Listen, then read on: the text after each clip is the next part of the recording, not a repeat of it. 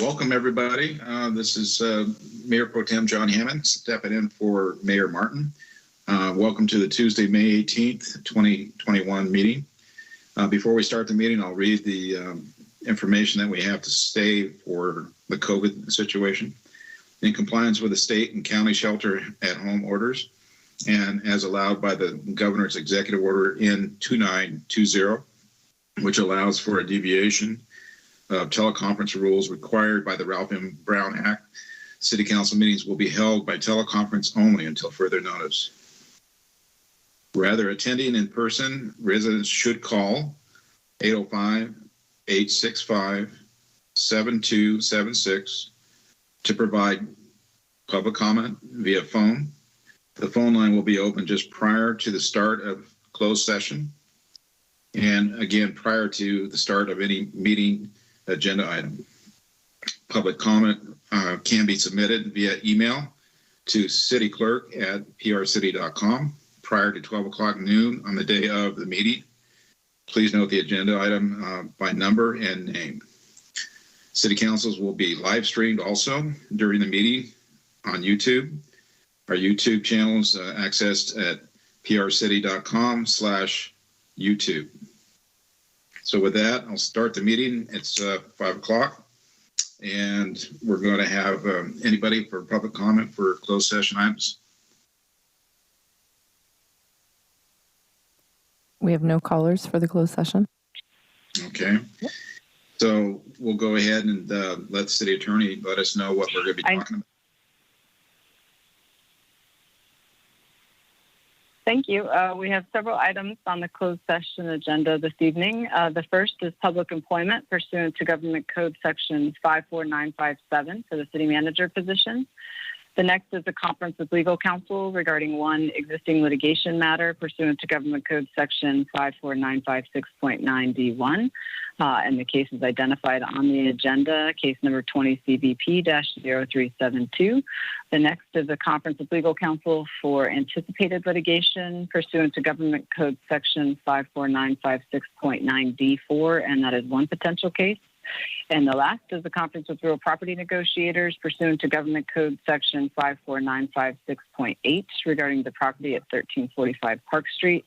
And the negotiating party is Caldera Collective, price and terms of payment. But I did want to note one correction on the agenda, which identified the former city manager as the negotiating party, and it should be the interim city manager, Mr. Carpenter, as well as Paul Sloan, the city's economic development manager. And that is it. Thank you.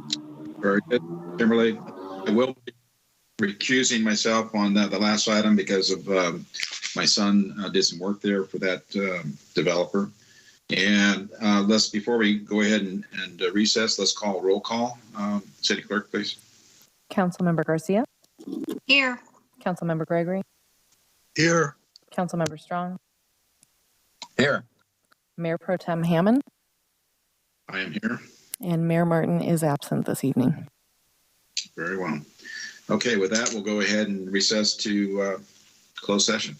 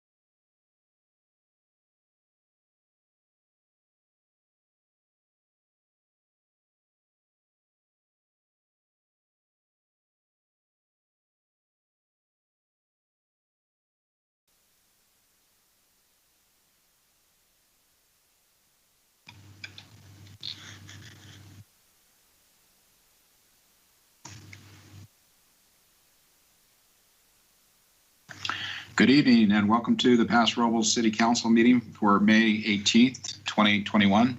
I am John Hammond, your Mayor Pro Tem, sitting in for Mayor Martin. Before I begin the meeting, we'll go ahead and read the language we have to do for COVID.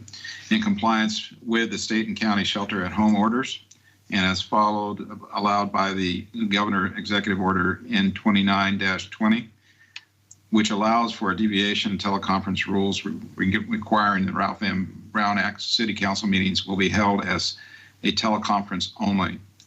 Rather than attending in person, residents should call 805-865-7276 to provide public comment via phone. The phone line will be open just prior to the start of the closed session meeting, which has already happened, and again prior to the start of this meeting and any item that will be coming up on the agenda. Written public comments can be submitted via email to the city clerk at prcity.com prior to 12 noon on the day of the city council meeting, and would be posted as an addendum to the agenda for public viewing. If submitted written comments are in advance of the meeting, please note the agenda item and the number and the name of the item. City council meetings will be held via live stream during the meeting on our YouTube channel.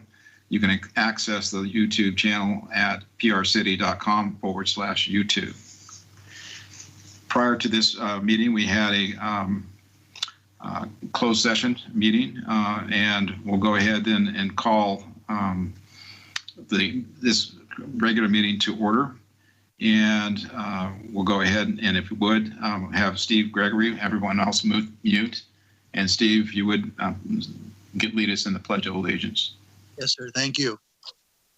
Please follow me. I pledge allegiance to the flag of the United States of America and to the republic for which it stands, one nation, under God, indivisible, with liberty and justice for all. Thank you. And we'll have an invocation by Pastor Christopher Cole. Pastor. Let us pray. God, Father God, Almighty One, creator of heaven and earth, we, your creation, are grateful that you hear our prayers, and we are awed that you act sovereignly in time and space in response to our prayers. We're thankful that you're a gracious God, and you delight to do good to and bless your people. We are humbled because you're a holy God, and you want justice, equity, kindness, and mercy in our society even more than we often do. We admit that too often we act out of selfish desires and fail to consider the needs of others, especially those who are weaker or more needy than ourselves. So we ask that you grant everyone in tonight's meeting a spirit of humility that seeks to listen more than to speak, to care as much about the benefit of others as ourselves, and to lift up the weak and the disadvantaged. Where there is disagreement, may we see opportunities for mutual understanding, respect, and cooperative solutions. We ask that you bless tonight's meeting with your presence, grace, and holy character so that all who participate might seek to do good to their neighbors as individuals and as a community. We thank you that you use the actions of wise leaders to guide and bless our community. Grant our mayor, council members, city staff, and other civic leaders true wisdom, sufficient strength, humble confidence, and authentic joy as they seek to serve the people of our city. We are grateful for their hours of service and efforts on our behalf. We thank you for our emergency services personnel, firefighters, and police officers who protect our city, and ask that you be a shield about them as they go about their appointed duties. We are grateful that this current pandemic appears to be abating, and we acknowledge the daily sacrifices of so many that have enabled this progress. We think of everyone from healthcare workers to grocery store employees to everyday citizens simply wearing a mask who've contributed to our community's health. Please continue to give us, the residents of our city, both wisdom and humility to know how to enjoy more freedoms in social and economic interactions while continuing to care for each other. We pray for an end to this pandemic and we are grateful for the vaccines that are being distributed to combat this disease. Please protect and financially restore those businesses who have experienced so many challenges during this time of trial. In all things, we surrender our will to yours, trusting your providential hand and purpose is always good. Finally, we thank you for Jesus Christ, your Son, the true answer to every heart's longing. May we find our joy and peace in him. It is in his name that we pray. Amen. Thank you, Pastor.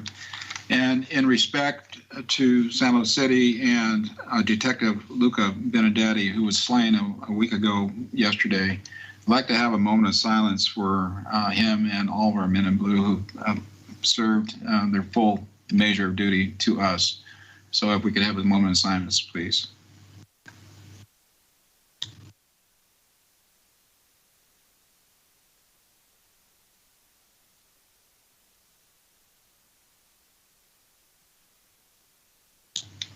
Thank you. I believe the service for Detective Benedetti is in San Luis this Thursday at 10 o'clock at Cal Poly. If those who want to attend, I think we can get information out to you, and I think it's been printed in the paper. So thank you very much. Moving on, let's go ahead and call roll call, please. Councilmember Garcia, Here. Councilmember Gregory, Here. Councilmember Strong, Here. Mayor Pro Tem Hammond, Here. and Mayor Martin is absent this evening. Very good. Can we have staff introductions, please?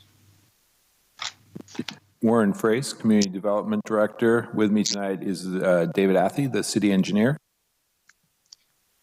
Christopher Luckel, Interim Public Works Director, joined by Ditas Esperanza, Capital Projects Engineer. Julie Dolan, Community Services Director. Ty Lewis, Chief of Police. Jonathan Stornetta, Fire Chief. With me tonight is Randy Harris, Fire Marshal Battalion Chief. Ryan Cornell, Administrative Services Director. Kimberly Hood, Interim City Attorney. Greg Carpenter, Interim City Manager. Okay.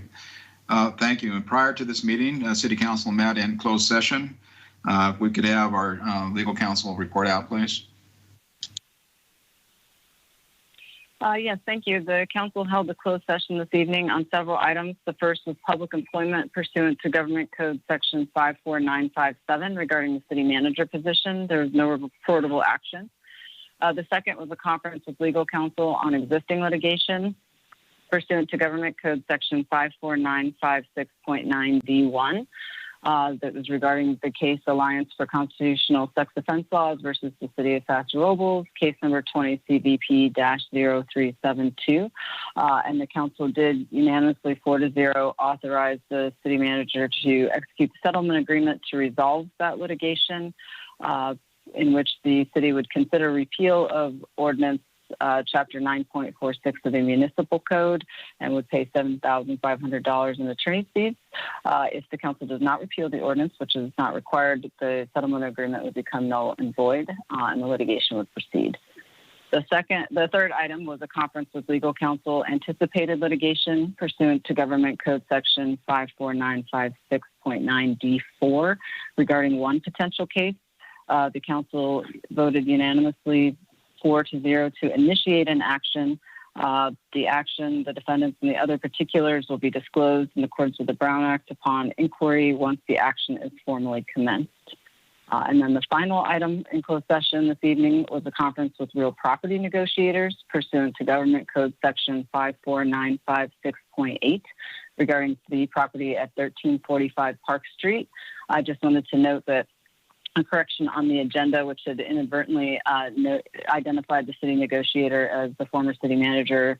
And as noted prior to the closed session, the city negotiators are the interim city manager, Greg Carpenter, and Paul Sloan, the economic development manager.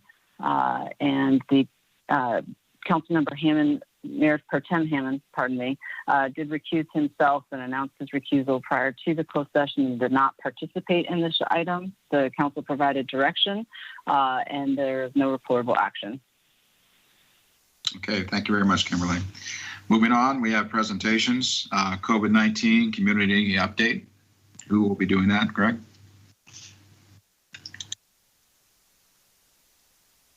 We have Shauna Howenstein, our Civic Engagement Coordinator. Thank you. Shauna? Yes, Warren, can you forward the slide?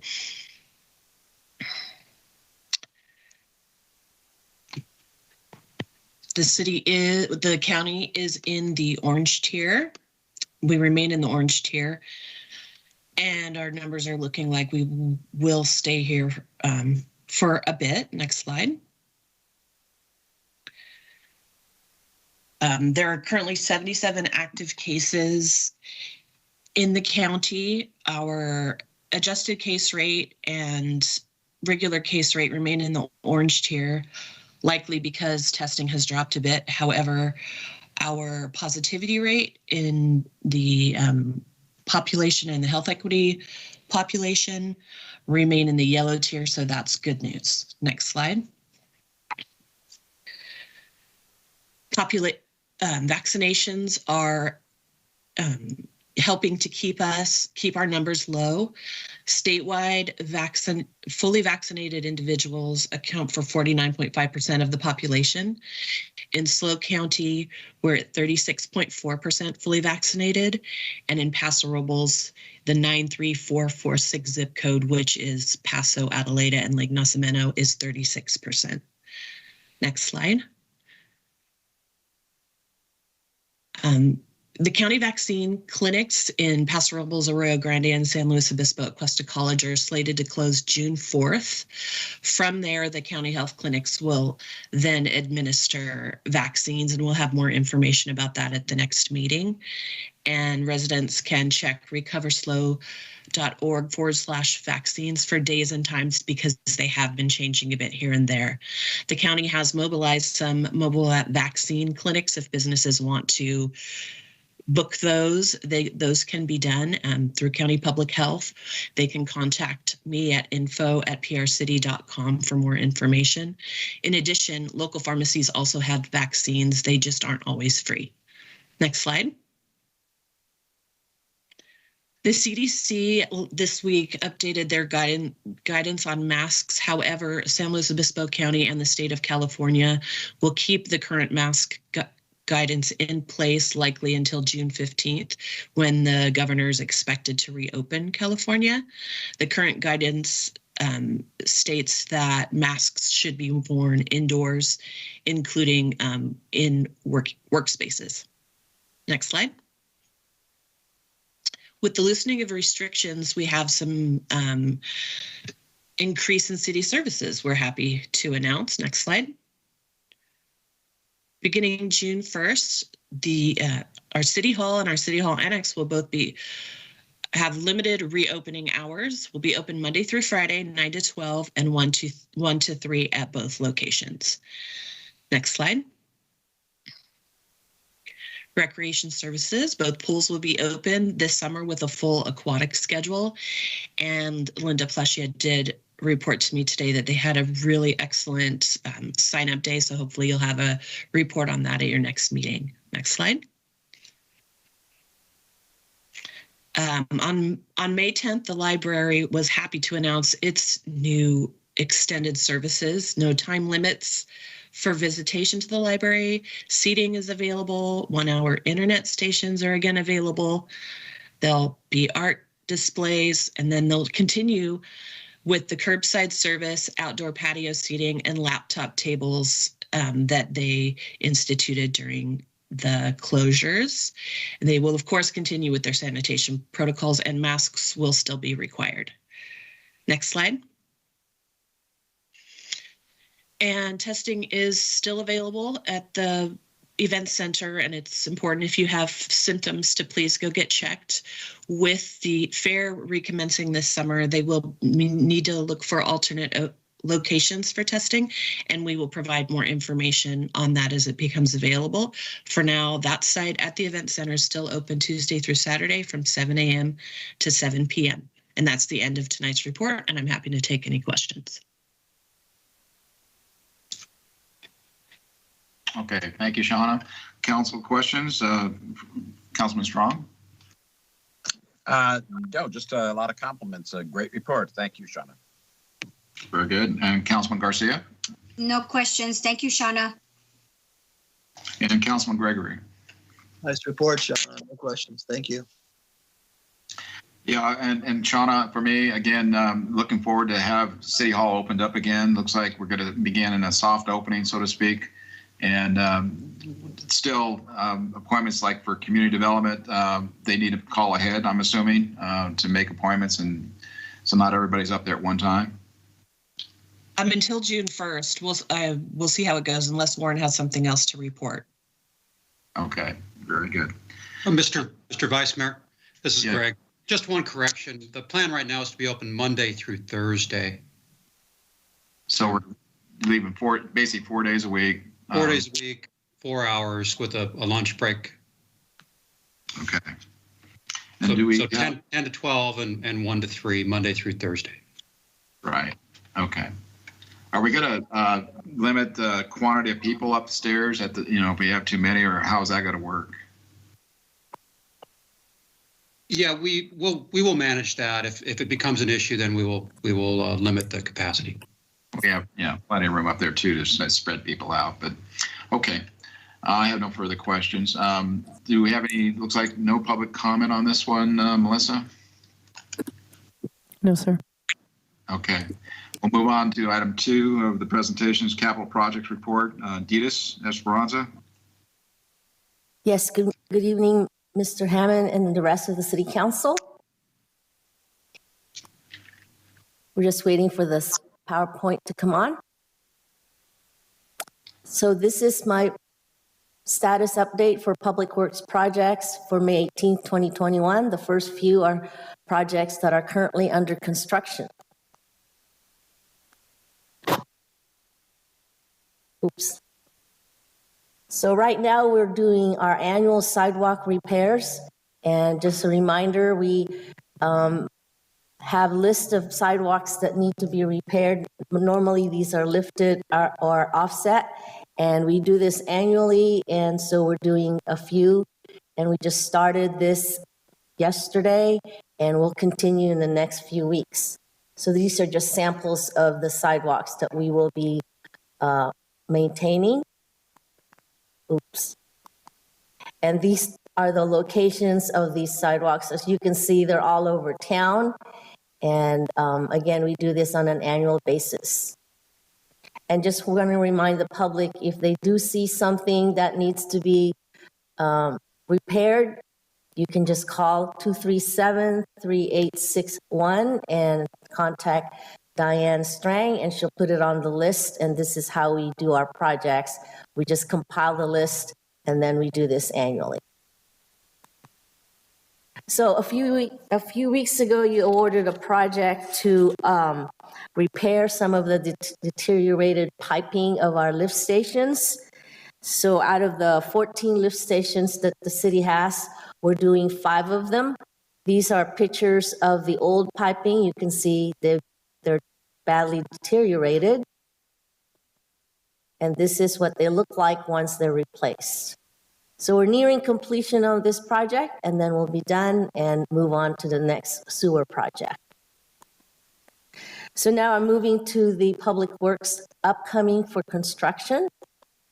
The first one is the Dry Creek Road Phase 2. A reminder, that is from Estrella Warbirds to Jardine. We did have our pre-construction meeting early this May, and the contractor is ready to mobilize later this month. And so then you'll be seeing work over there as the week progresses.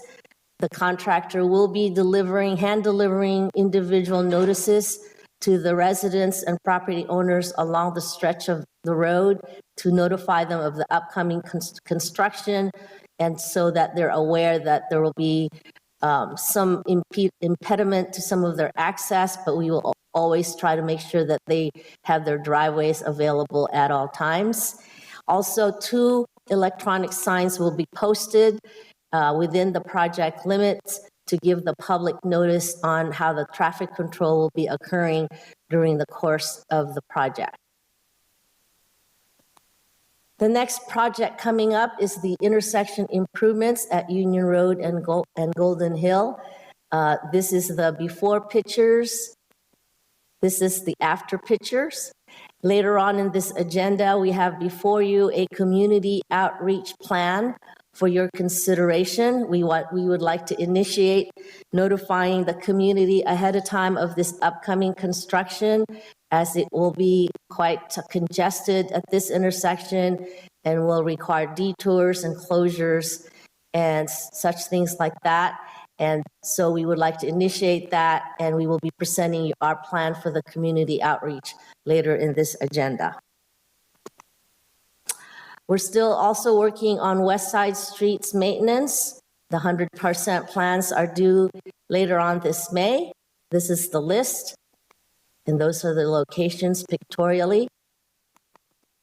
We also have our annual street maintenance. We opened bid on May, and we're reviewing all the bids that was submitted, and we are poised to presenting it to you at your meeting in July for an award. And the previous one was the list, and this is just pictorially on where those streets are located. And then finally, I received some questions from the community about Creston Road and thought I'd just give you a quick update on what's going on Creston Road. If you remember, the city applied twice actually for an active transportation program called ATP. So just typically successful ATP grant recipients are for projects that include enhancements of recreation, bike, pedestrian trails.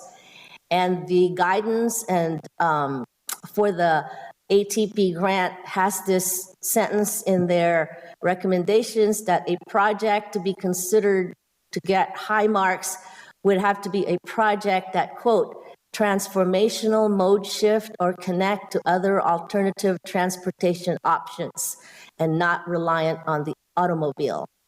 So one of the projects that got approved in San Luis Obispo County is the Bob Jones Trail Gap, and they received an $18 million grant.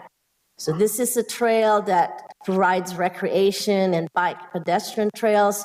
So those are the types of projects that get high scores on the ATP grant. So in 2019, we applied for the grant, and we were not considered because they gave us a reason. It did not have enough features with trails or multi-use bike and pedestrian pathways other than the roadway. And there were not enough features that enhances, quote, safe route to school. And again, there was not enough benefits to, quote, disadvantaged communities.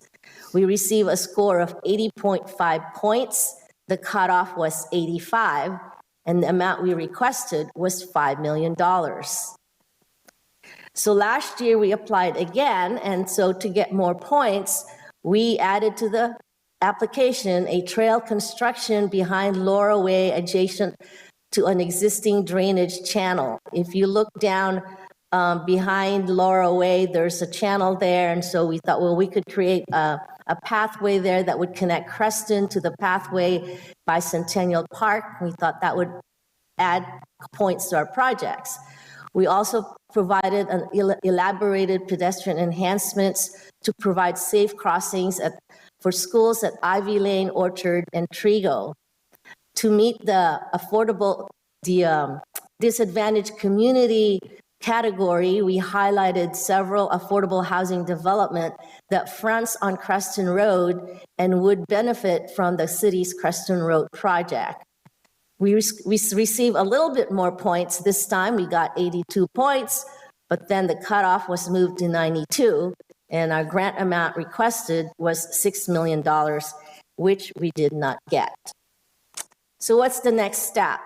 We have sat down and developed a revised project scope, which includes, as what was directed to us with our community workshops, we are going to install missing curbs and sidewalks. We will install traffic signals at Walnut and Bolin. Even though those are offset intersections, it will be one signal, two signals, but they will act as if they're one signals. And we will go ahead and enhance and improve the pedestrian crossings at Ivy, Orchard, and Trigo. We'll provide striped bike lanes, and most importantly, repair and resurface the road from South River to Golden Hill. So the overall budget for this revised scope is about $7.7 million. This has been presented to be included with the budget that will be approved by Council on June 15th, 2021. Once the City Council adopts the budget, we will then begin preparing and completing the plans for construction and likely advertise in late 2022 and work to begin first quarter 2023.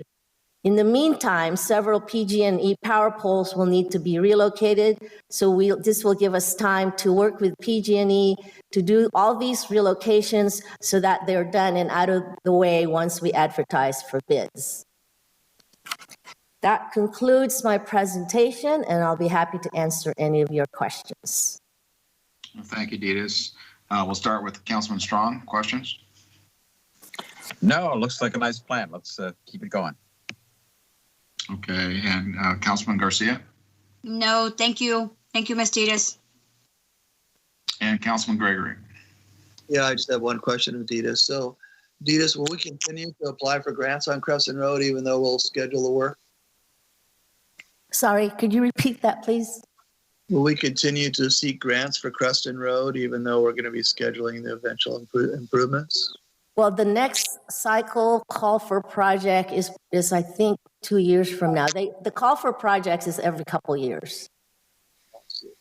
And you don't... We do have we did get a little bit of grant from SlowCog as part of those pedestrian enhancements on Ivy Lane, and then so part of the budget adoption includes funding with SB1 allocation. So we're supplementing the budget with a few grants, but it's not as hefty as the $5 million that would have been good to have. Thank you very much. And Ditas, I have a question with regard to, you said we were going to fill in the curbs and gutters in the areas we have not, but are we also going to be expanding our right-of-way? There are some juts and ins and outs on Creston Road there along Wayside that or east or west actually of that area to the north side of Creston that I'm really concerned. I'd like to, if we're going to get into this, I'd like to get it done now instead of piecemealing it. What's our plan there? Well, the properties that we need right away from, we have received them. There is one property owner. We already have the property we need to fix the frontage of that barber shop. They gave us that property quite a while ago.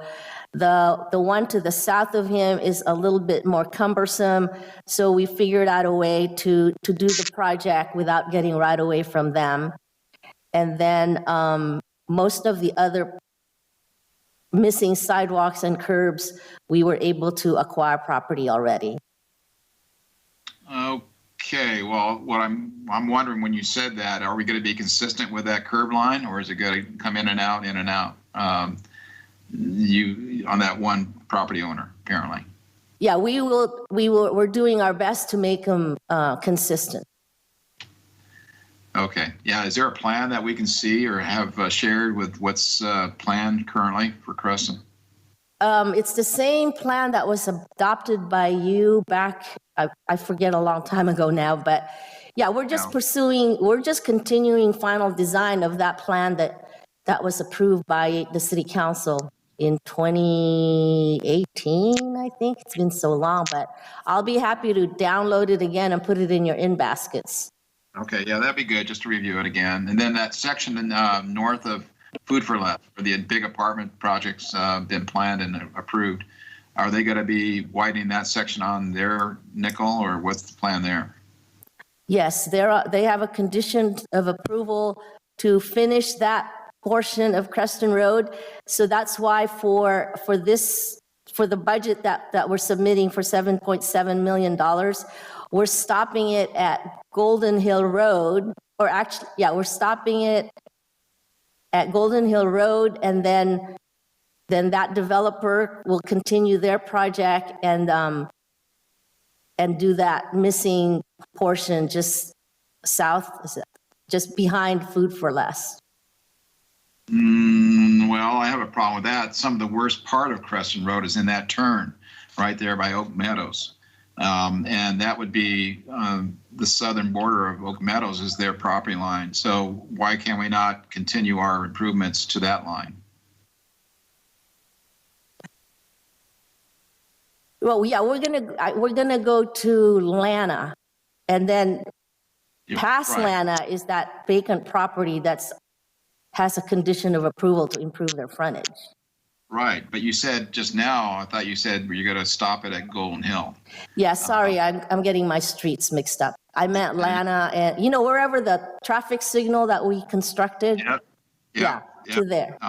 Okay, that's where I wanted to see. Yeah, sorry, yeah. I was just thinking of it yesterday, and I started talking to Greg Carpenter about this very item, that part of that Creston Road is the worst part right now, really getting bad. So, and then of course, 2 years from now, when it actually gets done, it's going to be even worse. So, okay, that's all the questions I had. Thank you, Ditas.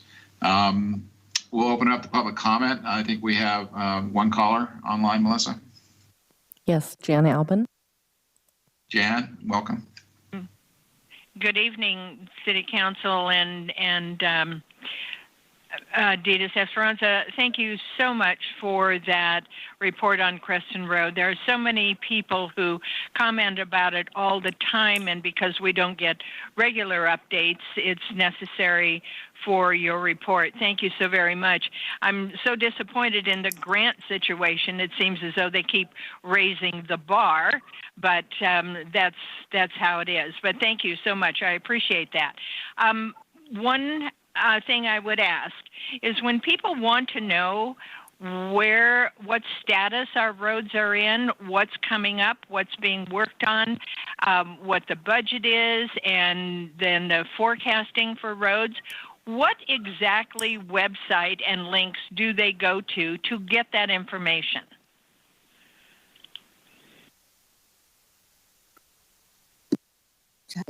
Well, so my PowerPoint presentation that I do monthly, we put that on the website so people can access it again after the council meetings. If you go to the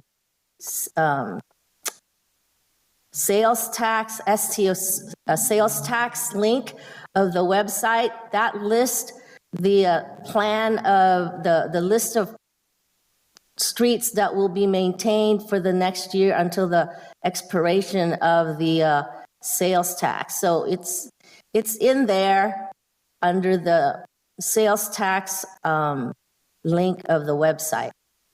It's probably go to Public Works and then the sales tax. Okay, great. Thank you so much. I appreciate all the information. Okay, thank you, Jan. Any other comment from the public, Melissa? No, sir. I'll just add one more thing, Ditas. I had a comment the other day, actually, from a resident east of the football field on the high school area, and I call them the girl streets, and that the staff had come out and painted stop signals, or stop paint, basically, on the roads. Some of those roads are extremely bad, and they really got disheartened because I've been telling them that we're going to be resurfacing those very soon.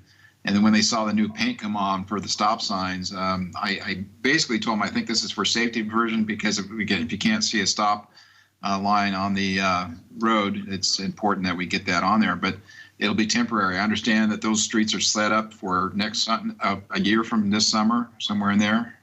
Is that correct? Are you talking about the lady streets, Melody, Steph, Samantha, all those streets? Yep. Yes, that is on the list. I don't have the list in front of me right now, so I don't know exactly what fiscal year I know Melody is sooner rather than later, and then the rest of the streets, Samantha, the interior streets, those are, I think, fiscal year 23 or fiscal year 22. I don't remember off the top of my head. Again, I can put the list in your in baskets, and you can have it handy, and you'll have it with you all the time.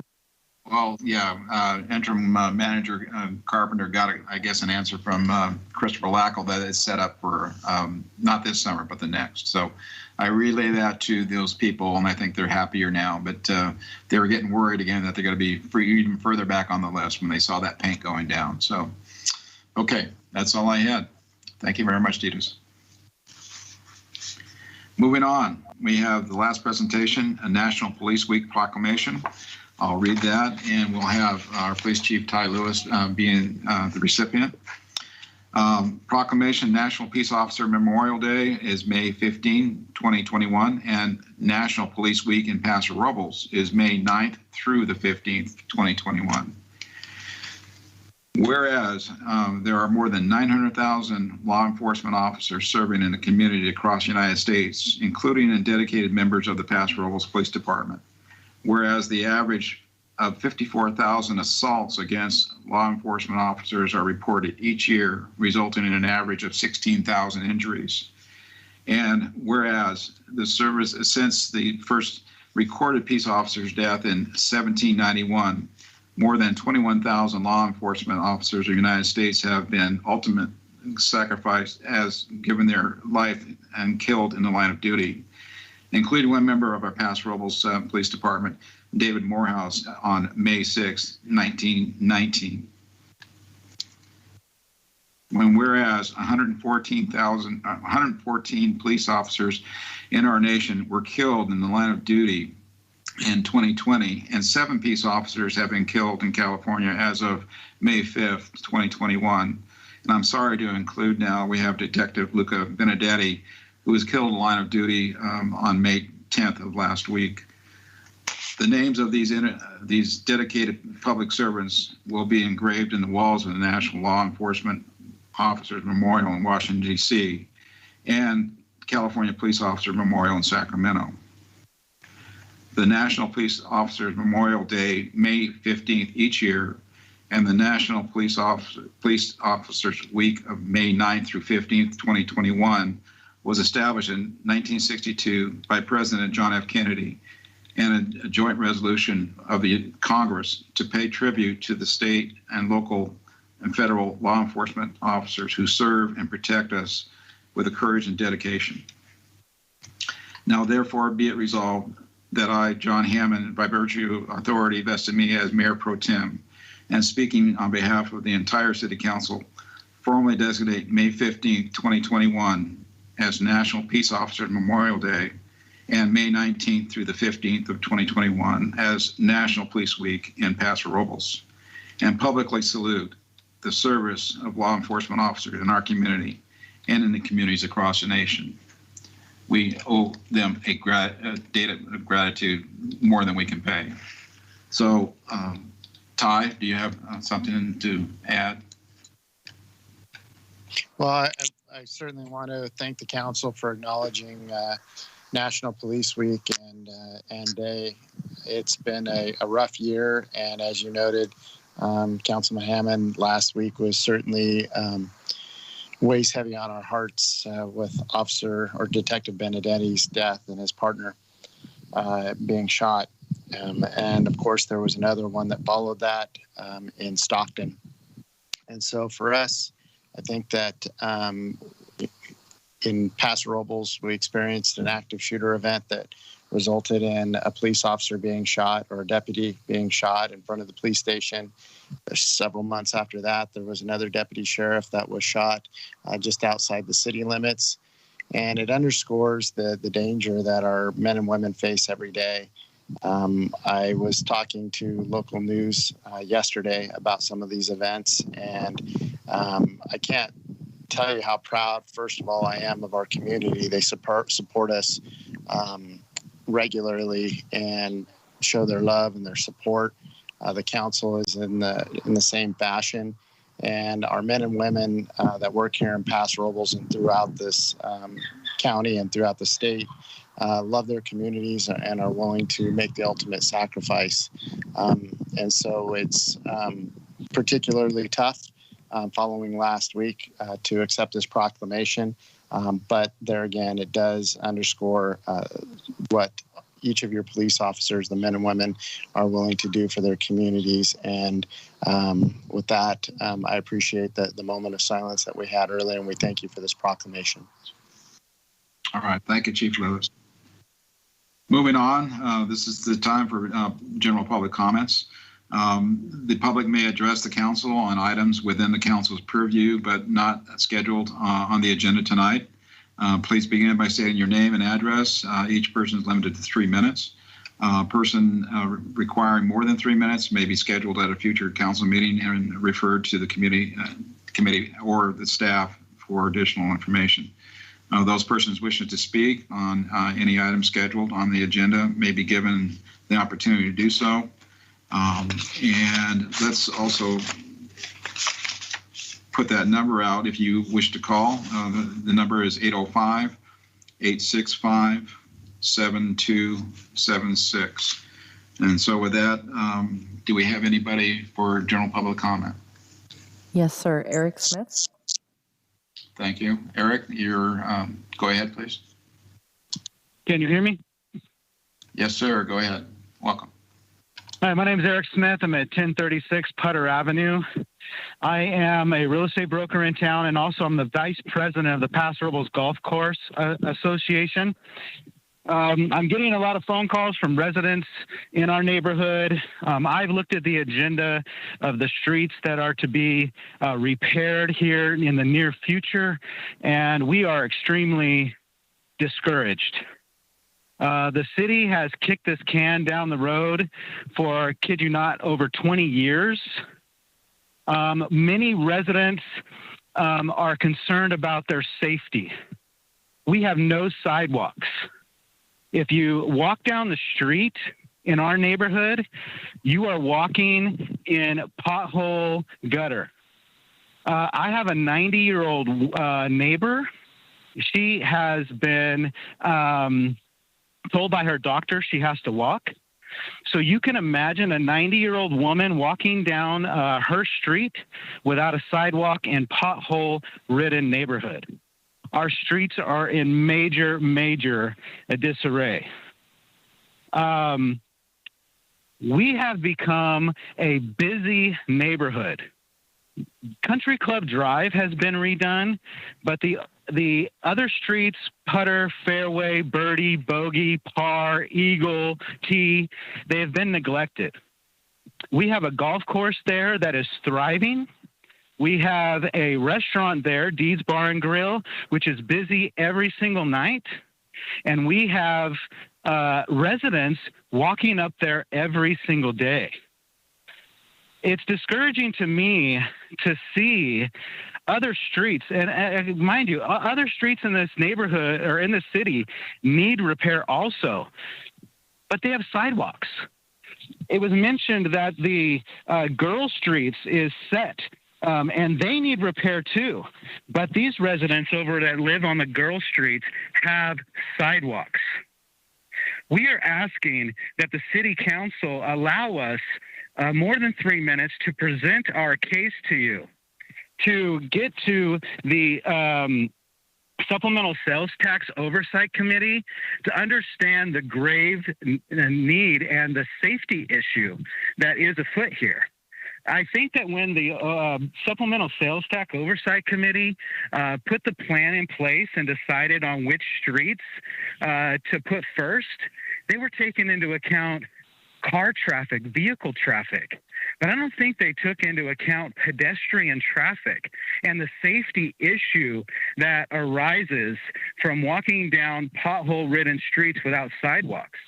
You can imagine if you're walking down the street and there's a car parked on the street, you have to walk into the middle of the street where most of the potholes are. Now, the city comes out and they do patch the potholes and what they call the alligator parts of the street where, you know, you pick up a piece of asphalt and there's dirt underneath it. But even now, those patches need patching. And so this has become a major, yes? Yeah, I was going to say, can you go ahead and summarize? We're a little over 3 minutes now. Yes. Go ahead. Okay. This is an emergency priority. I am asking that the city council allow us to speak for longer than 3 minutes and allow us to present our case. I have a petition from half of the residents on the east side of Country Club. And because of COVID, I've been unable to get the west side of Country Club, but now we are ramping that up. So we have a petition, and about 99% of the residents have signed the petition. So can the city council please put on the agenda for me or someone in our community to speak for longer than 3 minutes to address our grave safety issue? Okay. So what I would recommend here, and I got to empathize with you, my 99-year-old mother-in-law lives over on Fairview, or Fairway there. So I would ask you to get with our Public Works Director, Christopher Lackle, and meet with him and show the petition. Who is the Public Works Director? Interim Public Works Director is Christopher Lackle. If you call City Hall and ask for Christopher, that would be the path forward at this point to get something heard more soon by the City Council. Okay. All right. Thank you, Chris. Or thank you, Eric. Okay, next looks like we have Sally Reynolds. Sally, go ahead. Good evening, City Council and City staff. I have one question and one comment to address. The question is regarding the May 1st to the 15th parklet survey.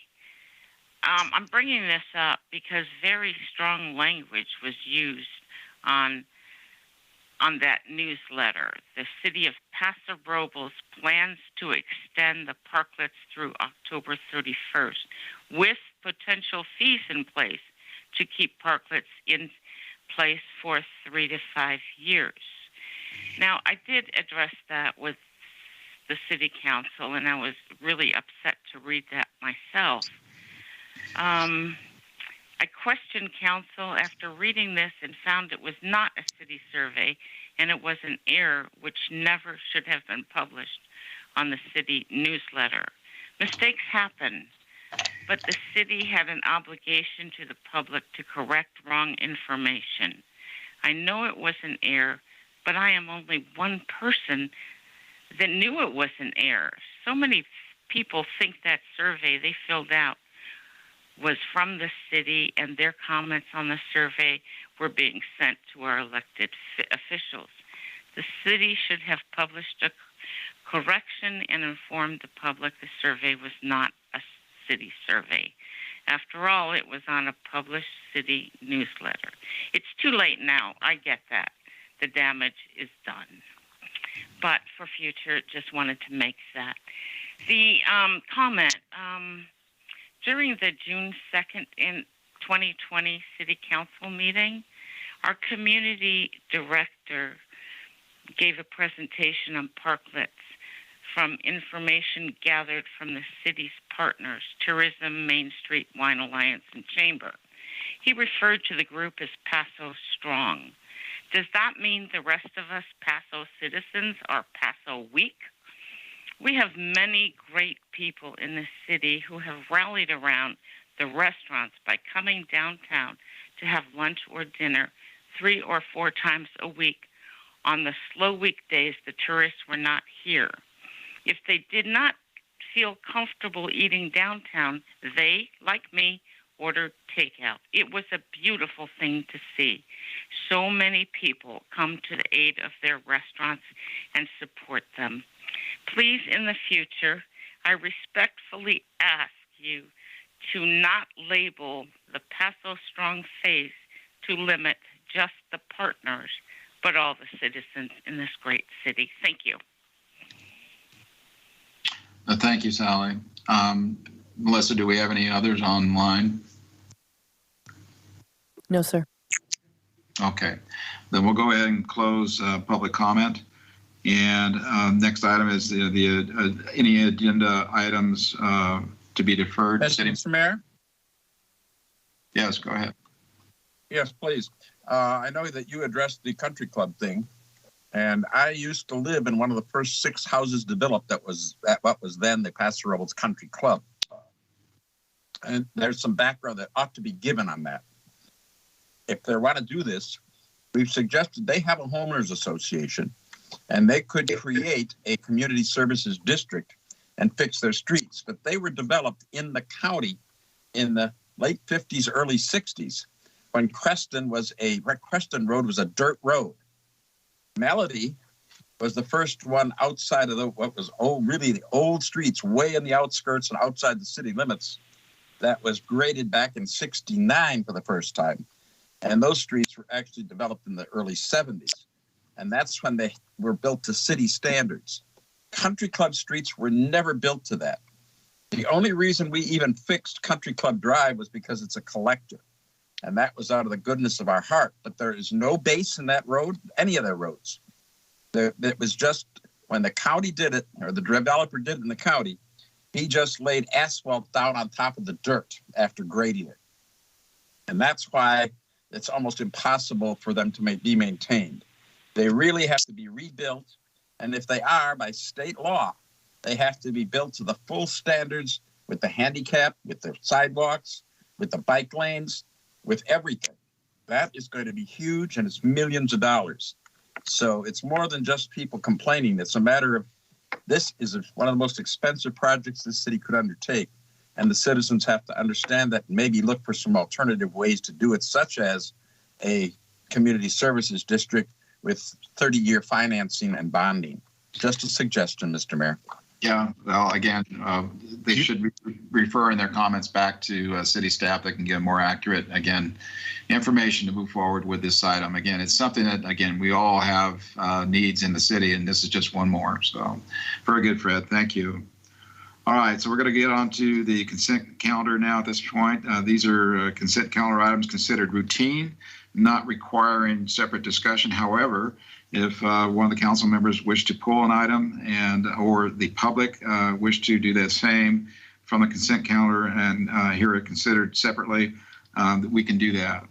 So council members, do we have anybody, items 4 through 10, anybody wish to pull anything for further discussion? Hearing none, okay. Do we have anybody from the public, Melissa, that's looking to pull an item from consent calendar? No, sir. Okay. And then it's in order then if someone would like to make a motion to adopt items 4 through 10. I'll make that motion. This is Councilman Gregory to approve. I'll second it, Councilman Strong. Okay. Motion for Councilman Gregory, items 4 through 10, seconded by Councilman Strong. Roll call vote, please. Councilmember Gregory? Aye. Councilmember Strong? Aye. Councilmember Garcia? Aye. Mayor Pro Tem Hammond? Aye. All right, that ends that. And then, Mr. City Manager, Greg Carpenter, could you go ahead and report out on items 4 through 10, what the council has just approved? Yes, Mr. Mayor Pro Tem, items 4 and 5 were approval of City Council meeting minutes from April 29th and May 4th. Item 6 was the receipt of the warrant register. Item 7 was the receipt of minutes from the Airport Commission and 2 sets of minutes from the Senior Citizen Advisory Committee. Item 8 was the formal approval of the local roadway safety plan, which has been presented in phases to the council at your previous meetings. Item 9 was the annual declaration of public nuisance relating to weed abatement and setting the public hearing for June 15th of 2021. Item 10 was the approval of the removal of 2 blue oak trees at 1929 Experimental Station Road. You also asked if there were any agenda items to be deferred tonight, and the answer is no. Very good. Thank you. Moving on to public hearings, we have none on calendar for tonight. And after that, then we're going on to discussion items. Item 11, introduction of the ordinance of the City Council of the City of Paso Robles repealing Chapter 9.46 of the Municipal Code regarding residency restrictions for registered sex offenders. Greg, who will be handling this item? Our interim city attorney will. All right, Kimberly. Thank you. Kimberly, you have the floor. Thank you, Mayor Pro Tem. So item 11 this evening is the introduction of an ordinance repealing Chapter 9.46 of the Paso Robles Municipal Code regarding sex offender residency restrictions. Next slide, please. And the genesis of this provision was Jessica's Law, which was approved by the voters in November 2006. That was the Proposition 83. That proposition established in Penal Code Section 3003.5B, in particular, statewide restrictions prohibiting registered sex offenders from residing within 2,000 feet of any public or private school or park where children regularly gather. The provisions, however, came under scrutiny, if I could have the next slide, please, in litigation that ensued afterwards. The section did authorize local agencies to implement more restrictive ordinances, such as Chapter 9.46. However, the courts struck many of those ordinances down or called them into question. I've listed a couple of the cases there that came out, such as In re Taylor, a California Supreme Court case, which found flawed with a San Diego ordinance, because it found that it basically blocked out almost the entire city with the restrictions that were imposed. Next slide, please. The most recent legal challenge was People versus Lynch. In that case, the Court of Appeal held that the statewide residency restrictions on sex offenders only apply to parolees. And so that case then further whittled away at the residency restrictions that local governments could impose. The city had amended in 2016, prior to the Lynch case, its ordinance in Chapter 9.46 to try to address some of the issues the courts had raised. But this was before that court decision. So your ordinance is not limited to parolees, and it's difficult to enforce those cities' residency requirements in light of that case and then the others. And so given that and the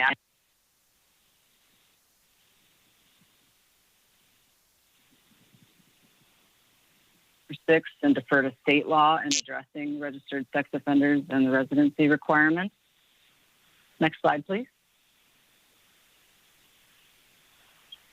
So as a result, if Chapter 9.46 is repealed, the state law protections would still apply within the city. You have Megan's Law, which imposes state law provisions requiring sex offender registration, and then Penal Code Section 3003.5's restrictions would still apply, prohibiting registered sex offender parolees from residing within 2,000 feet of any public or private school or park where children regularly gather. So we would simply be deferring to that provision with the repeal. So with that, if I could have the next slide, please. We are recommending that you introduce, read by title only, and waive further reading of an ordinance repealing Chapter 9.46 of the Municipal Code regarding residency restrictions for registered sex offenders. And with that, I'm happy to answer any questions, as is Chief Lewis. Well, thank you, Kimberly. Chief, do you want to add anything to the report?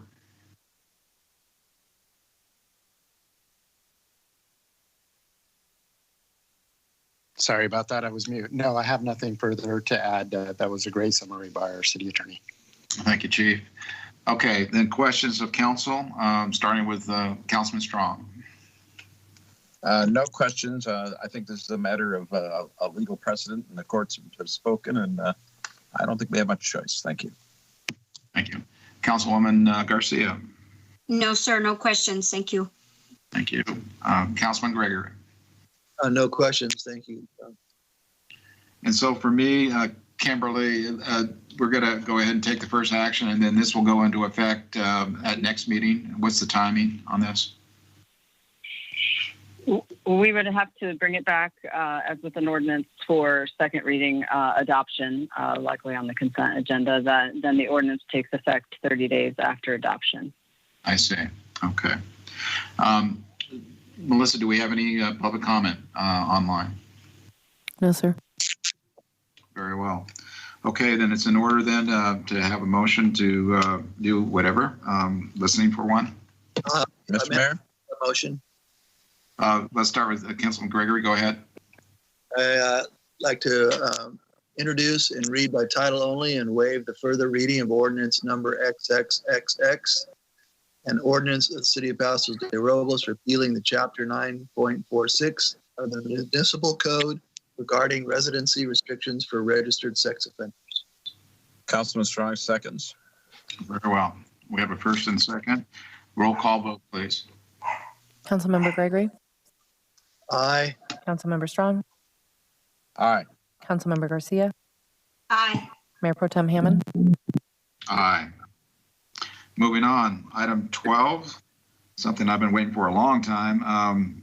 The approval of a public outreach plan for the upcoming intersection improvements at Union Road and Golden Hill, better known as a dog bone. So, Ditas, I guess, is that your item? Yes, Mr. Mayor Pro Tem. I will start the presentation and then Shauna will also assist as she is our engagement coordinator for the City of Paso Robles and will be assisting quite a bit for the community outreach. So tonight for your consideration is to review and approve a community outreach plan which we hope to initiate in preparation for the construction of the intersection improvements at Golden Hill and Union Road. As noted in the staff report, the proposed improvements was adopted several years back through a series of workshops with the Housing Constraints and Opportunities Committee, which eventually made it to the City Council for final approval. Also, in the City Council in November 2020, authorized initiating the design work and then directed staff to go ahead and prepare the bid documents to allow closure of the intersection during construction. This would reduce the construction duration to about 10 to 12 months versus 18 to 24 months and would be a savings of about $1 million. Just to confirm, the design of the roundabout was vetted out with emergency services to ensure that their vehicle is able to maneuver around the roundabout. The designer also designed the project so that the largest truck dimensions would be able to maneuver around the roundabout. You will, at the end of the PowerPoint presentation, there is a visual simulation, which we will be happy to present to you. And you will see in that visual simulation a few big trucks making their way around the roundabout. And with that, I will turn it to Shauna. And if you have any questions, we can answer it along the way, unless you want to wait until the end. No, let's go ahead and move on with Shauna, please. Great. Can everybody see my presentation? Yes.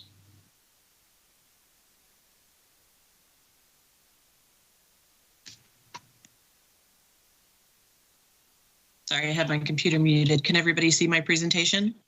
Yes, Shauna, we're looking at Union and Golden Hill Construction Detour.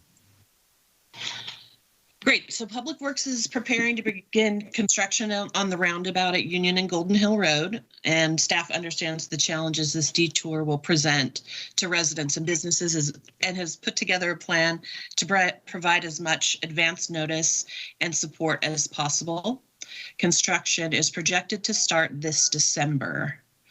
For a little bit of background, there were two ways to approach this. We could either have the contractor provide traffic control through the intersection, which would likely change every few weeks and create confusion each time, and that would last 2 to 3 years to complete it that way. Or we could close off the intersection entirely, get it done in a year, and save $1 million, and council selected option 2, thankfully. Since this will be a disruption for residents, the city will conduct outreach to give residents and affected businesses plenty of time to digest the timeline and changes in their commute times for the duration of the project. Tonight's presentation is the first step in informing our residents about this project and the prolonged detour at Golden Hill and Union. This is a once-in-a-generation project, and it will require disruption in our normal traffic flow for about a year.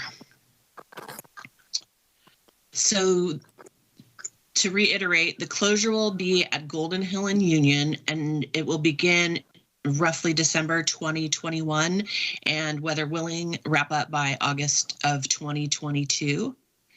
To allow for as smooth an experience as possible during the closure, we are realigning Ardmore Road to create a detour so that residents can access the businesses and Golden Hill on either side of that closure.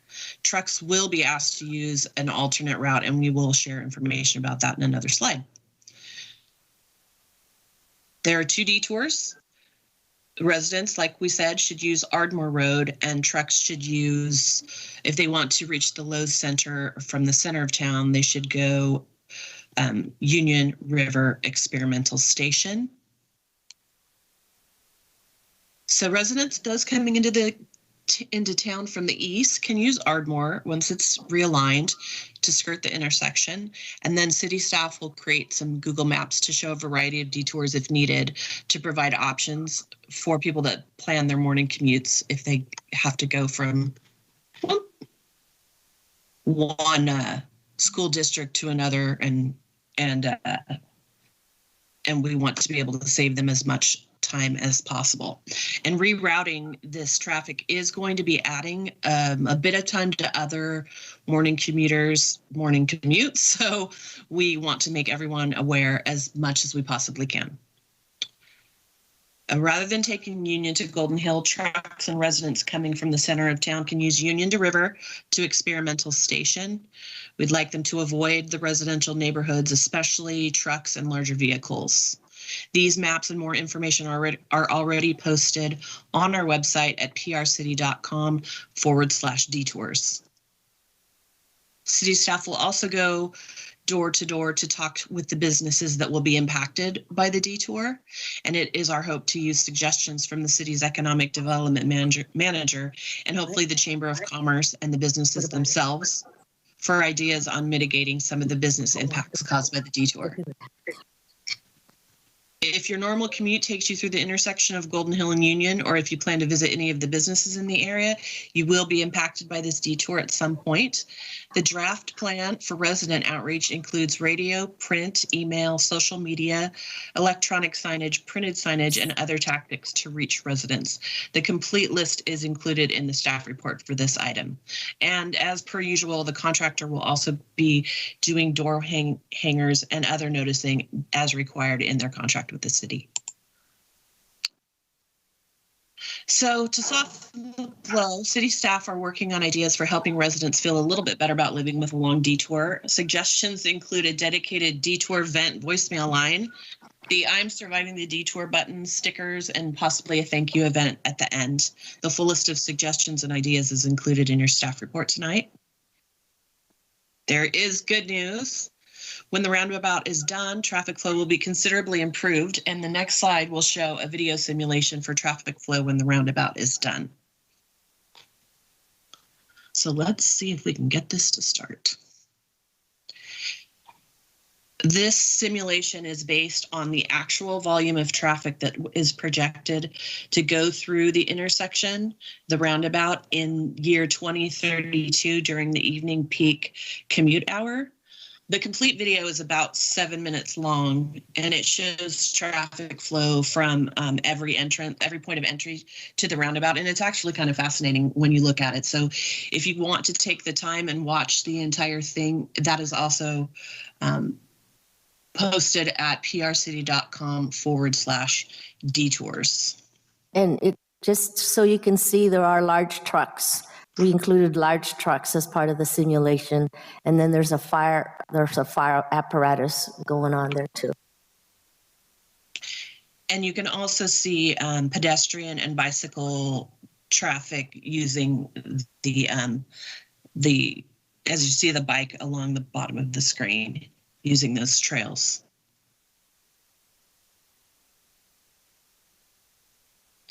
And like we said, the timeline will begin outreach in June. And then in September, Ardmore Road will begin construction to create the detour. And then in December, the full closure will take place and the detours will commence. This is the team that is collaborating. Ditas is the lead, and we are all supporting her as needed. And if you approve our plan tonight and the timeline we presented, we'll begin outreach just as soon as we possibly can. And this entire presentation, the detour maps, the video is all posted at prcity.com/detours. And thank you, and we will answer questions as needed. Thank you, Shauna and Ditas. Start off with Councilman Strong. It's a great presentation. My only question, obviously, is where on earth did you get that picture for slide 10? That woman absolutely looks insane. Oh, they had plenty of people this last COVID year, I think, Fred. That was my neighbor friend. All right, and Councilwoman Garcia. I just had a question, Shauna. When it says community outreach, I know I heard you say you're going to go, or someone's going to go door to door to the businesses, and it's going to be on our website. Are you going to do like other kind of outreach? Get out to some of the groups, or? We're meeting on Thursday to start putting the full plan together, Ditas and her team and I. Okay. And yes, so everything that's presented in your staff report is on the table. We are happy to obviously entertain suggestions from council members. Perfect. Thank you. Yes, Councilwoman Maria, if you look at page 242 of your staff report, there's a detail of the plan of action that we're hoping to do. It's Perfect. attachment 2. Attachment 2. Okay, got it. Thank you. And Councilman Gregory. Yeah, I just had a couple questions. So, Shauna or Ditas, how are you going to notify the truck traffic?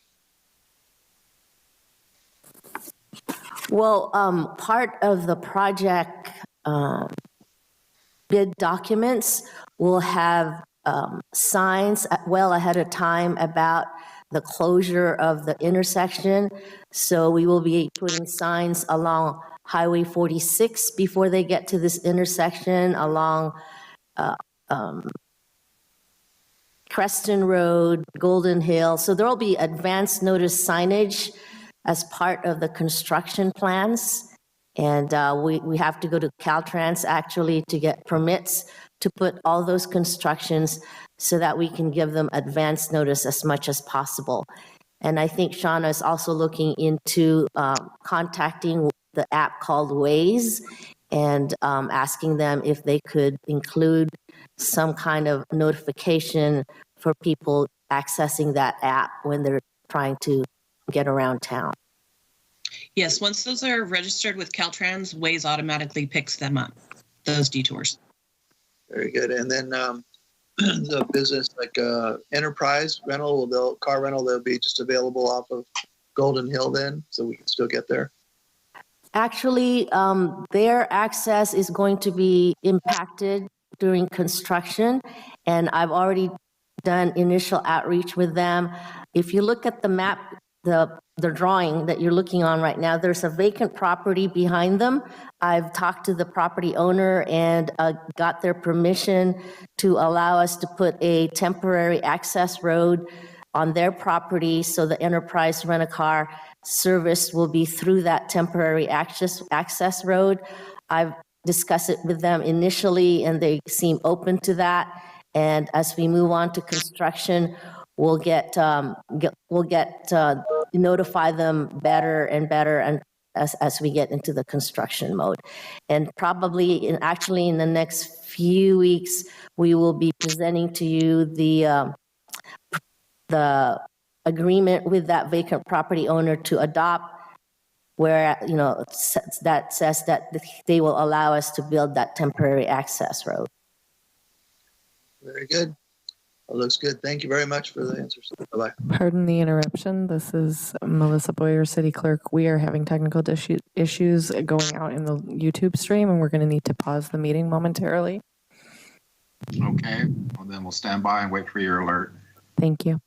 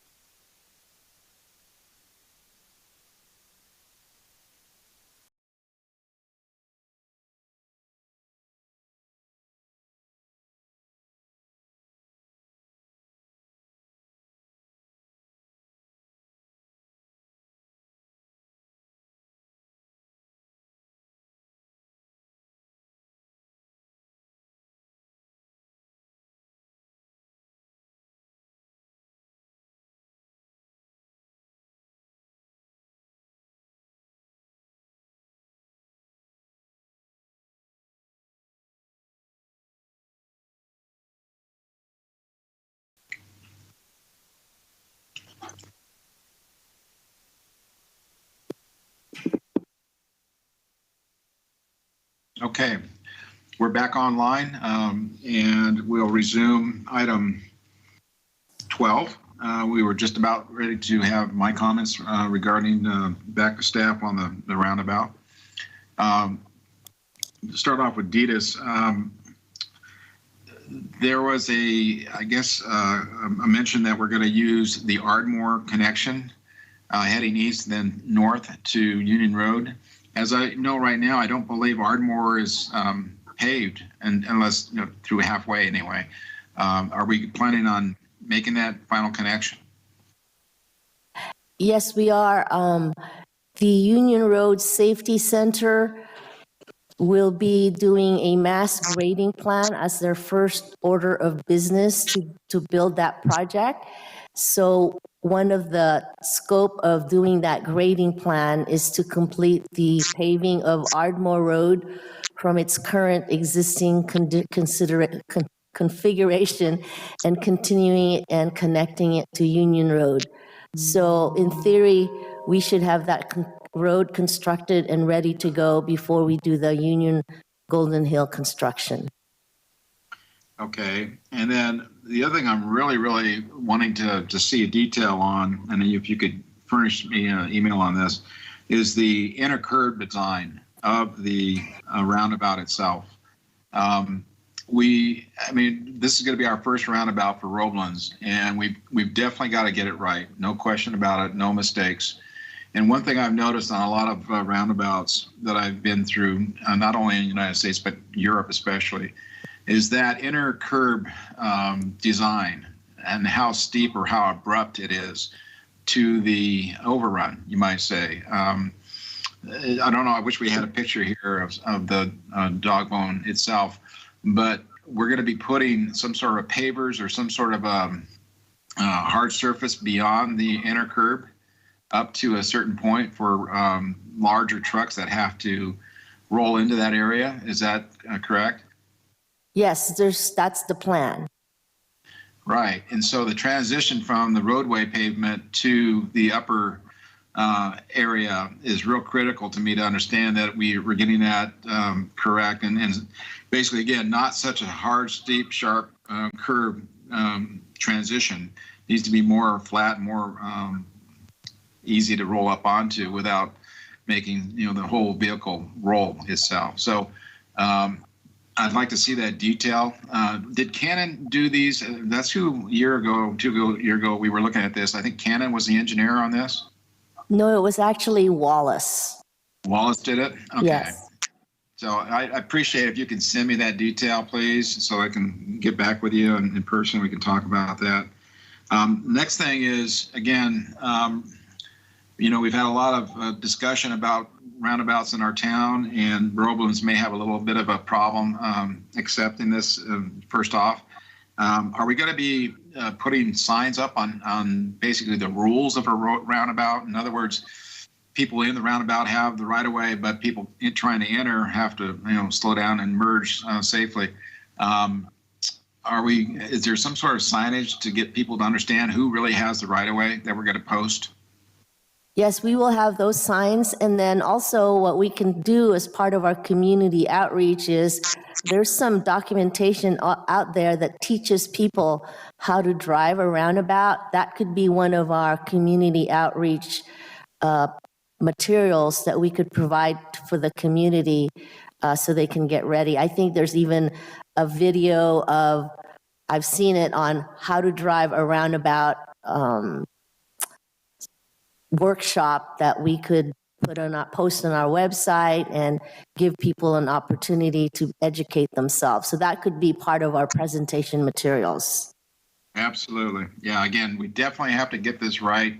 I think everybody has gone through that intersection, has pulled their hair every time they go through. So this is really, I'm glad that, Council, we decided to do it here first if we're going to do one. It was a very challenging design because the streets and roadway connections are not 90 degrees. They're more diagonal, but the design that we see here It's not Indianapolis, but it definitely is going to flow vehicles far faster and better than a stoplight or even a stop sign system would do. One thing I am concerned about, though, and again, is when we get into roundabouts, if there were to be an accident here, it's critical that maybe we get the roadway opened up as quick as possible, because it's really going to shut down all directions when this occurs. And I assumed it's going to be because somebody's trying to merge in where they should not have. I'm not sure, how we can get that information to the public, but it's just going to be, I'm assuming, a learning curve itself. So I don't think I have anything further that I wrote down as far as questions, yard, more, intercurb, and sign rules. So I don't have any further questions. One more roundabout for the council. Anybody have further questions for staff? Okay, then let's go ahead and put this out to the public comment, please. Melissa, do we have anybody online? No, sir. Okay. So the community action plan as presented tonight. Roll call vote, please. Councilmember Gregory. Aye. Councilmember Strong. Aye. Councilmember Garcia. Aye. Mayor Pro Tem Hammond. Aye. Motion passes. Okay, so we're good at this point. Next item is council business and council comments, community reports. Start off with Councilman Strong. Well, thank you, Mr. Mayor, and our Mayor Pro Tem. Mayor tonight, Amy. Yeah. I've had a lot of meetings. However, I guess the two that I'm going to put on most are three, actually. Main Street had a meeting, and they're going to have another one very soon, or a mixer later this week, and then a meeting next month again. And they're doing quite well. We're pleased with the budget proposals, and let's hope that we can follow through. And they're doing much better. They're really moving ahead back towards as normal as they can possibly get under the circumstances and the rules. Library Board of Trustees is doing great. The library was very, very pleased with the budget proposal so far, and theirs is very frugal and very realistic as to what they need. And they're very fortunate to be getting a lot of new members for their support groups. The schools are very pleased with all the programs that we have that are helping the kids, and the public is using the library extremely well. It's opening up more and more so that they have new desks and new tables and new chairs, and people are coming in and using them, and the computers are more available now. So there's a lot happening at the library. Everybody should check it out. It's really a tremendous community resource that I hope we can all take advantage of. California Association of Councils of Governments, which is called CalCog, had a meeting on May 12th. And that is when they announced that one of our people in the line of succession to chair the organization is declining the nomination and spending their last year in office concentrating on being mayor. And then they're going to get out of city government. And therefore, that makes me the only nominee for president of the association as of June of this year. So if everything goes according to the current plan, I will be moving up to the presidency and chairman of the board of the California Association of Councils of Governments next month. And that's pretty much my report. Thank you. Thank you. Councilman Gregory?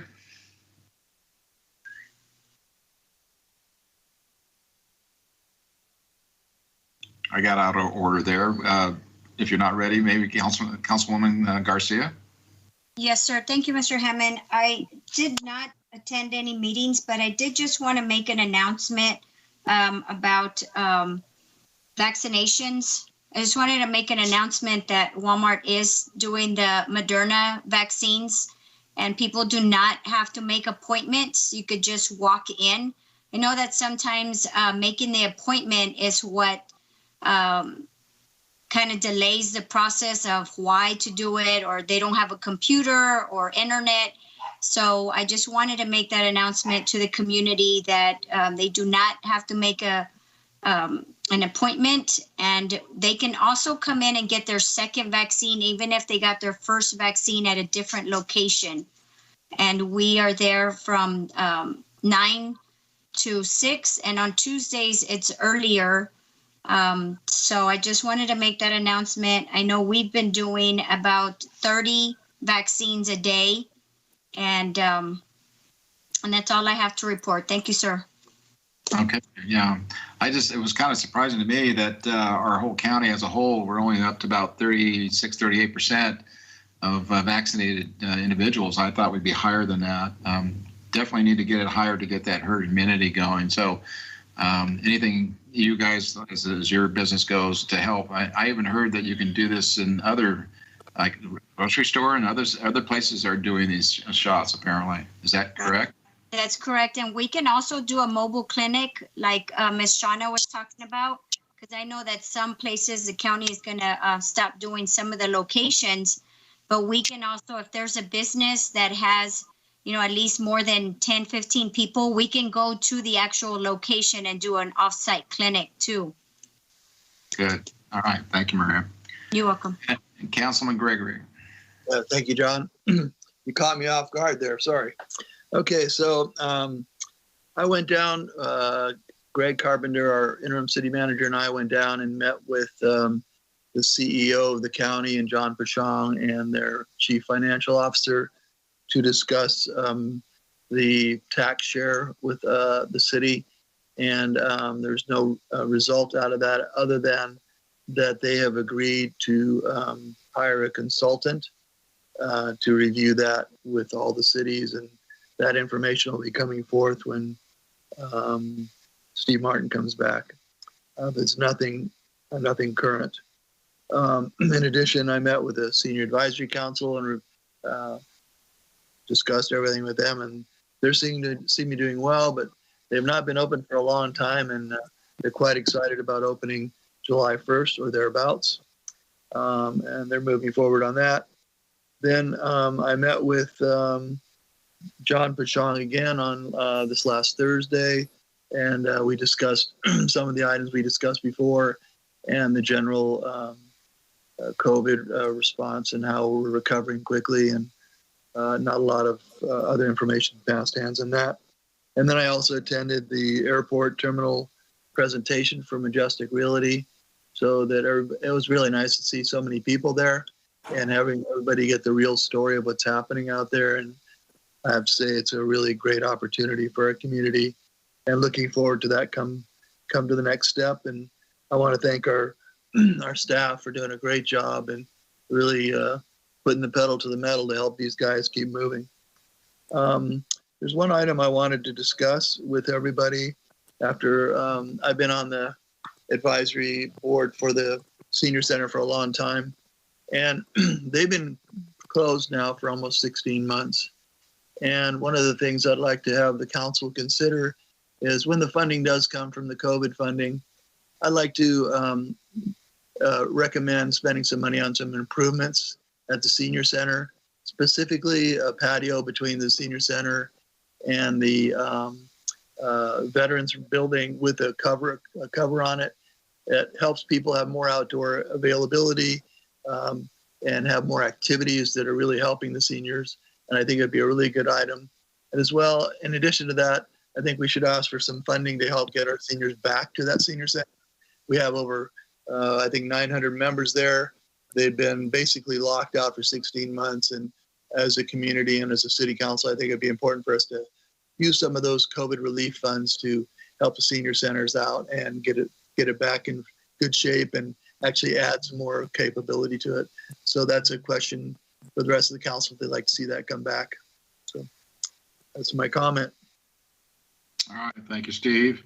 My meetings that I had last week while I was out of town actually was IWMA. We had another meeting there. I will report, and I think I told you earlier that the majority of the IWMA members, which is a JPA of 7 cities, the county and CSDs, voted to uphold the ordinance of styrofoam, which was actually enacted about a year and 3 or 4 months ago, but was put on hold because of the COVID and the fact that many restaurants would need these kind of containers to do takeout.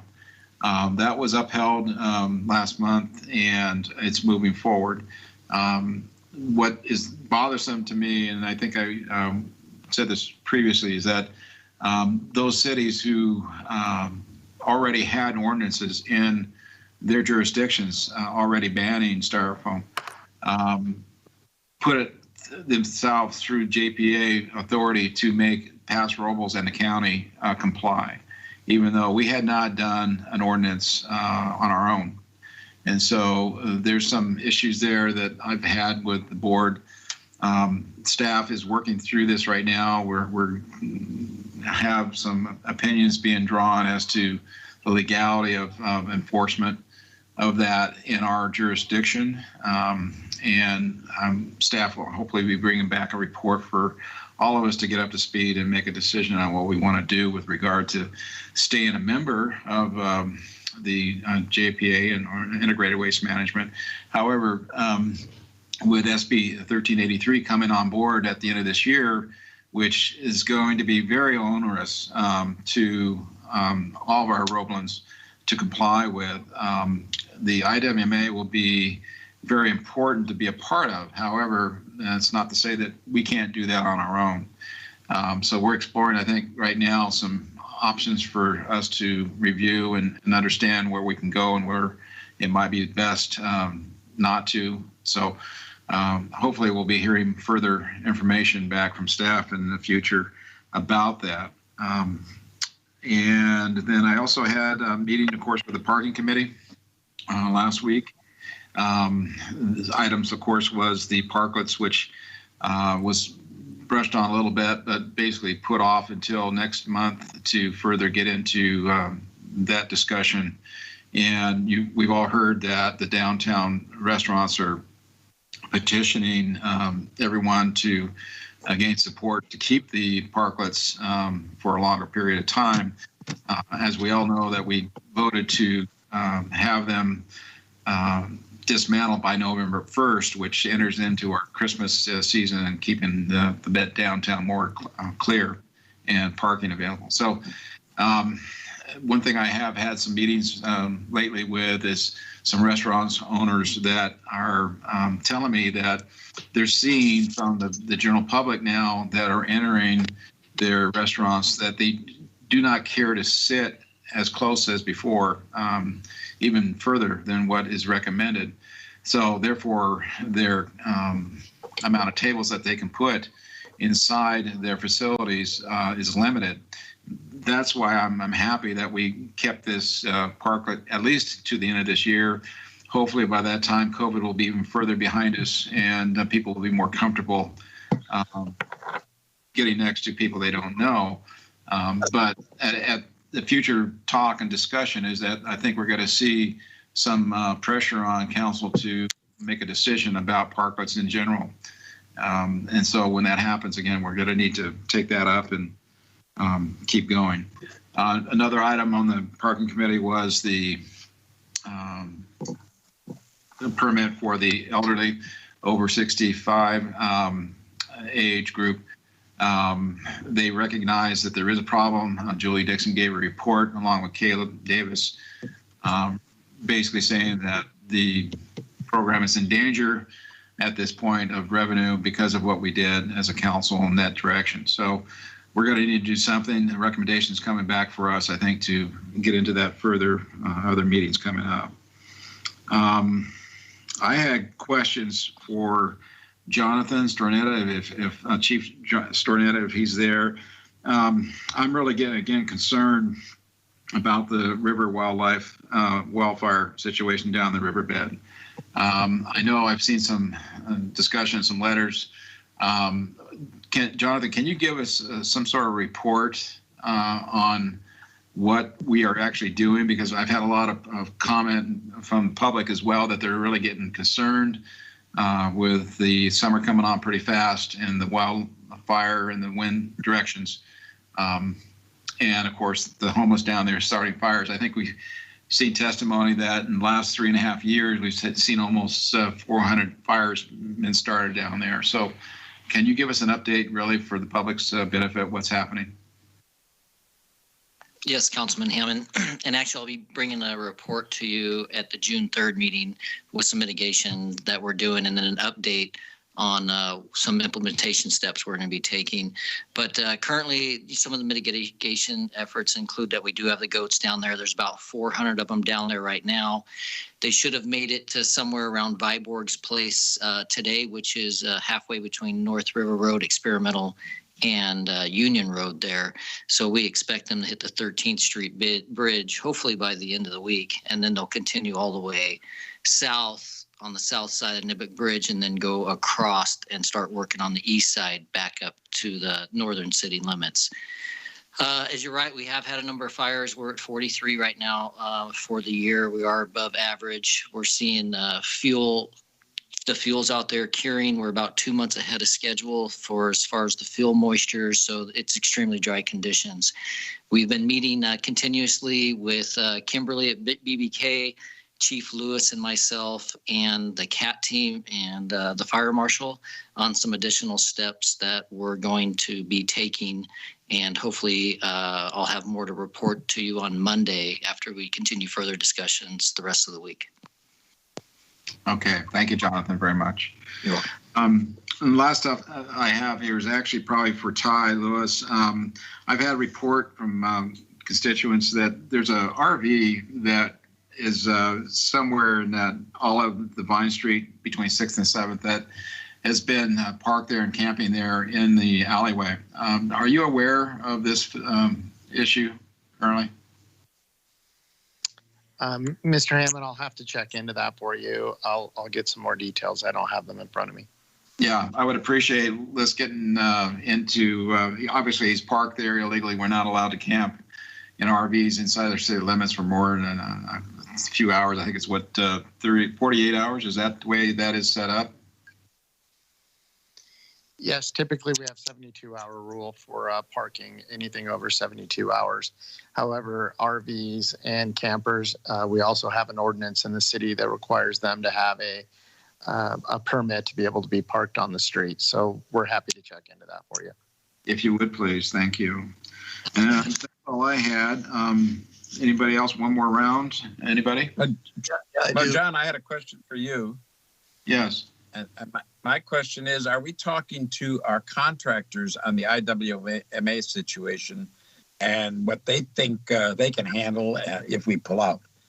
Yes. Staff, Christopher Lackle and Matt. So if I could. You got to tell me. As a reminder, we can't get into the discussion of the non-agenda items. So if there's something you'd like to schedule for future agenda, that's fine. No, I'm asking for part of his report. Yeah. Has he done that as part of his job there? Yes, really. I think we should answer this again.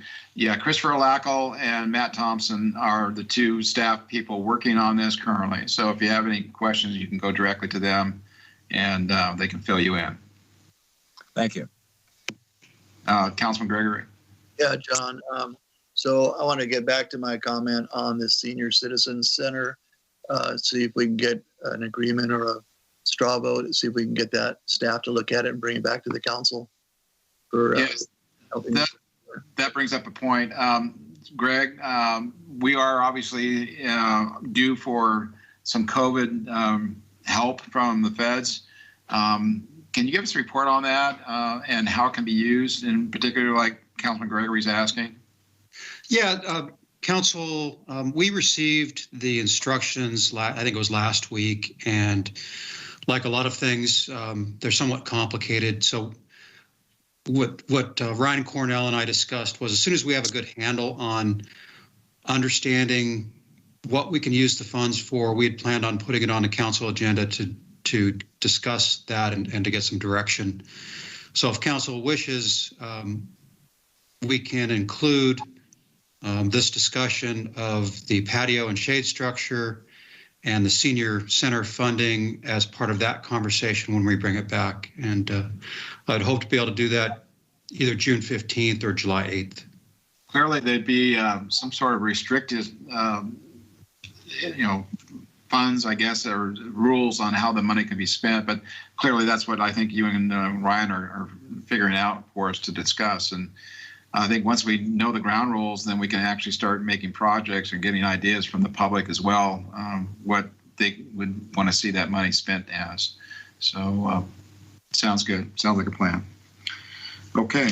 Anything else from anybody, Counsel? So are we going to ask if we want that back on our agenda? I think, yes, I do. Yeah. And I think at one time we were looking at even more than just a shade structure. We were looking at possibly joining the buildings. Right. Let's just go ahead and do a straw vote that, basically, do we want to bring something back as a report with regard to these Fed funds that are coming and how we might be able to use them? Yes, sir. Fed and the May revise from the state too.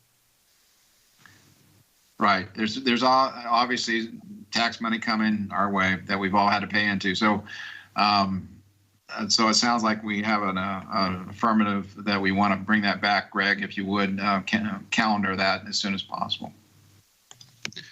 We will follow through. Thank you. Okay. Moving on, then we have upcoming events. Then tomorrow we have the first meeting of the new Supplemental Sales Tax Oversight Committee meeting. It's at Wednesday, May 19th at 6 p.m. And I believe that's going to be online. Staff, is that correct? Yes, it's a virtual meeting. Very good. All right, and then we have the Planning Commission meeting Tuesday, May 25th at 6:30. Airport Commission meeting next Thursday, the May 27th at 6:30. City offices and library closed in observance of Memorial Day. It's going to be Monday the 31st. Our next regular City Council meeting is going to be Thursday, not Tuesday, but Thursday after Memorial Day, June 3rd at 6:30. The deadline for submitting items to the regular meeting Thursday, June 3rd. It will be Wednesday the 19th to staff, please. So anybody else have anything further before we adjourn? I'd like to make a motion to adjourn and say, good job, Mayor Pro Tem. Yeah. Good job. Yeah, Mayor Martin will be back. He, I believe, had to visit his daughter who graduated back in Texas. So I think he's inbound right now, back home. So, okay, I motion to adjourn and Maria seconded. All in favor? Aye. Aye. Very well. Okay, we stand adjourned. We'll see you at the next one. Thank you. Thank you. So long.